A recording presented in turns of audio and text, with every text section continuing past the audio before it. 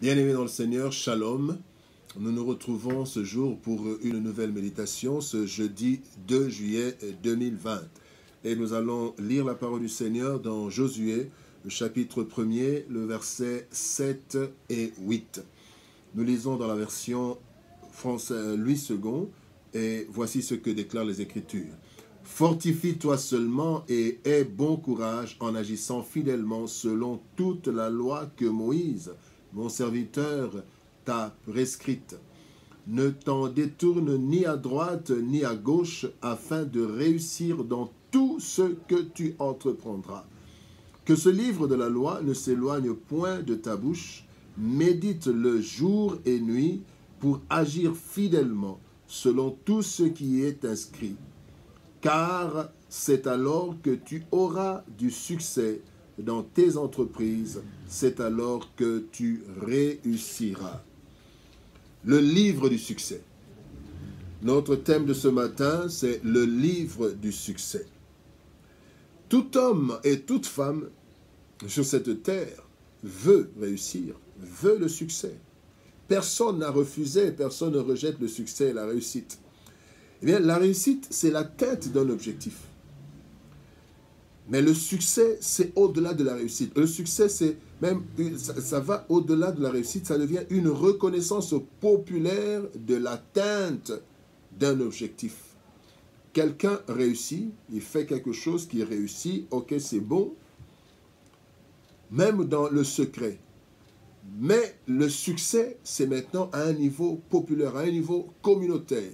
Le succès, c'est par rapport aussi aux autres. Et la réussite peut se faire en secret, mais le succès, ce n'est pas en secret. Le succès montre même dans un certain... C'est vrai qu'on peut faire quelque chose avec succès, mais le succès, quand on parle du succès, on voit plus l'environnement, on voit plus le populaire. Et donc, nous aimons réussir, mais nous aimons aussi que les autres puissent attester notre réussite. C'est quelque chose de très important. Voilà pourquoi, même à l'école, nous disons à nos enfants d'être parmi les 5 premiers, d'être parmi les 3 premiers, parce que réussir, même quand on est le 25e et qu'on a 50%, on a réussi. Mais le succès, c'est quand on va au-delà. C'est comme ça qu'il y a les distinctions et les grandes distinctions. Et ici, Josué prend une charge très importante, une lourde charge. Non seulement conduire Israël après la mort de Moïse, mais surtout remplacer Moïse. Moïse qui était comme Dieu. Moïse qui était l'ami de Dieu, qui parlait avec Dieu comme un ami. Et il a conduit Israël, il s'est arrêté en chemin. Et maintenant, il n'est pas entré à Canaan. Et maintenant, le Seigneur donne la responsabilité à Josué. Quelle lourde responsabilité. Et certainement que Josué avait une certaine peur. Voilà pourquoi le Seigneur lui dit au verset 7, « Fortifie-toi seulement, fortifie-toi. » Parce que certainement que Josué avait des craintes. Et alors, il donne à Josué le secret de Moïse. Il donne à Josué le secret de la réussite, le secret du succès.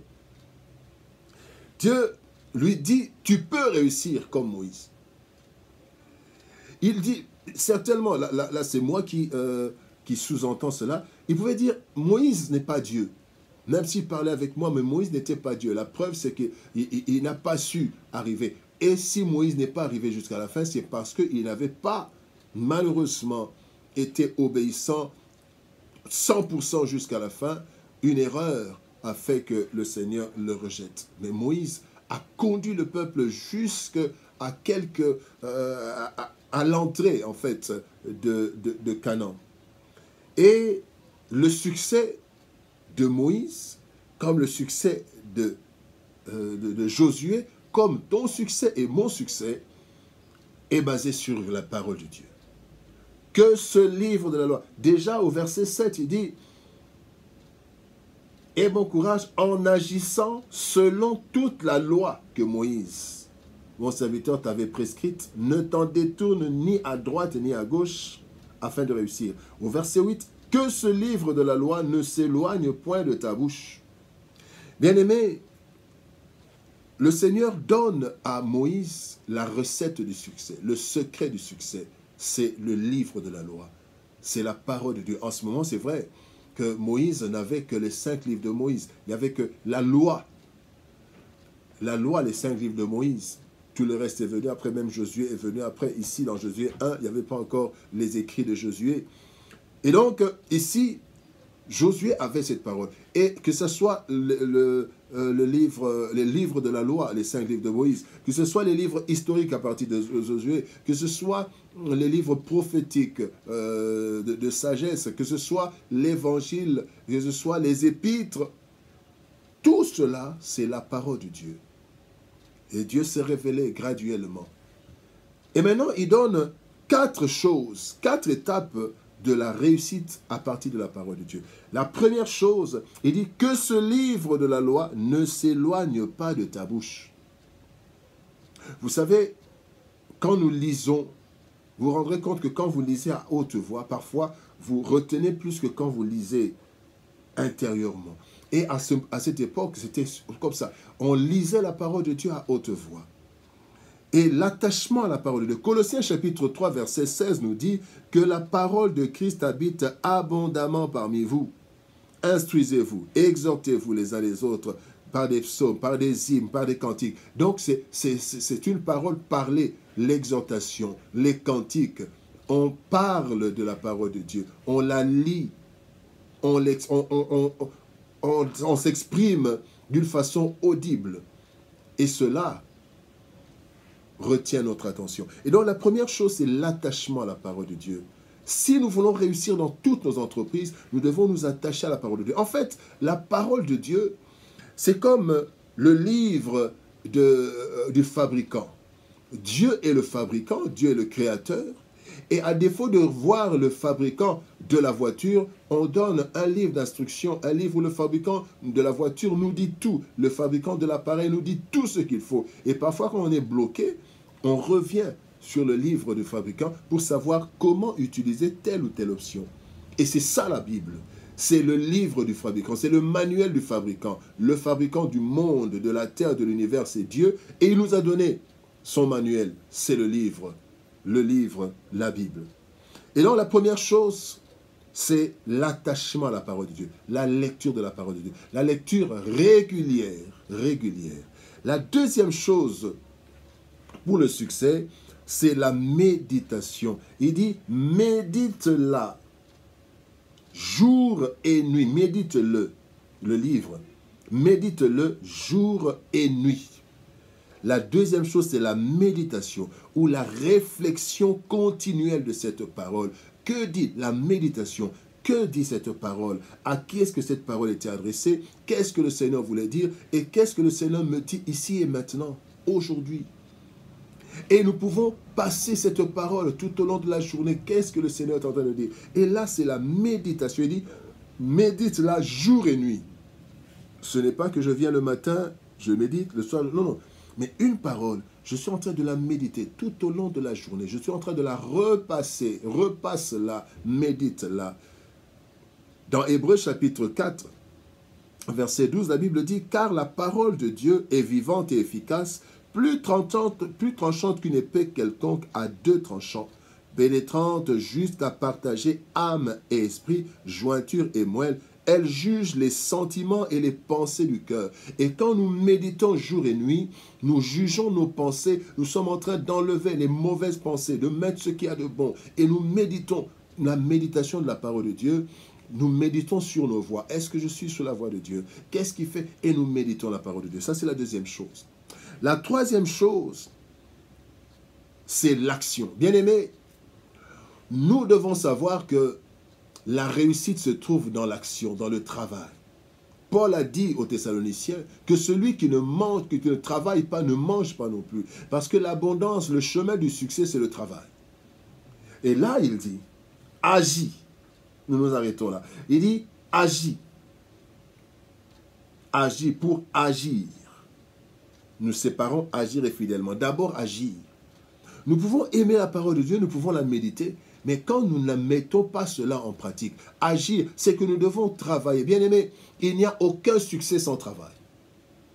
Ce n'est pas la magie. Il n'y a aucun succès sans travail. Le laboureur doit travailler. L'action orientée par cette parole. La Bible dit dans 2 Timothée chapitre 2, verset 6, il faut que le laboureur travaille avant de recueillir les fruits. Il faut que le chrétien travaille avant de recueillir les fruits. Il faut que le politicien travaille. Il faut que le charpentier travaille. Le travail.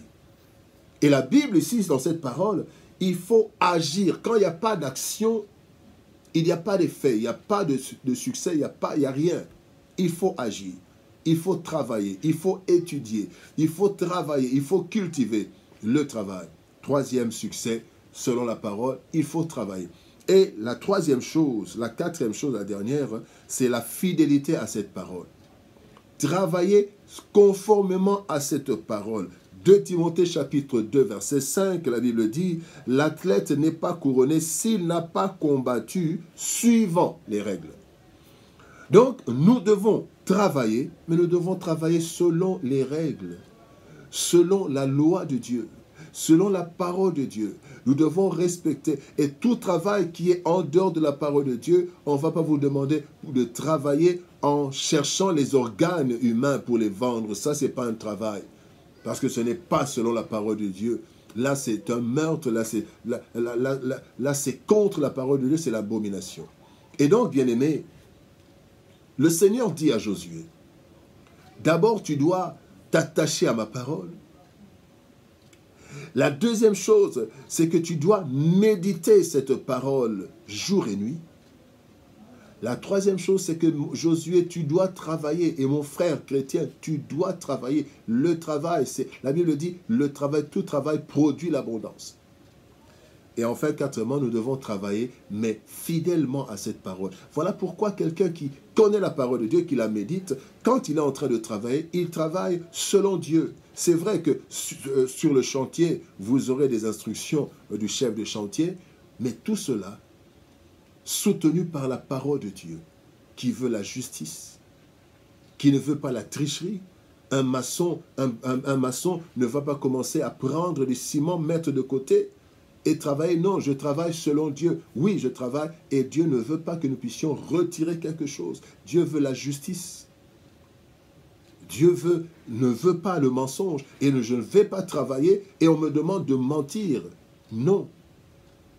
Et si je fais ces 4 étapes, bien-aimés, la Bible dit à la fin, c'est alors que tu auras du succès dans tes entreprises, c'est alors que tu réussiras. Et au verset 7, la fin dit, afin de réussir dans tout ce que tu entreprendras, tout ce que tu entreprendras. Bien-aimés, la Bible, c'est le livre du succès parce que c'est le manuel du fabricant.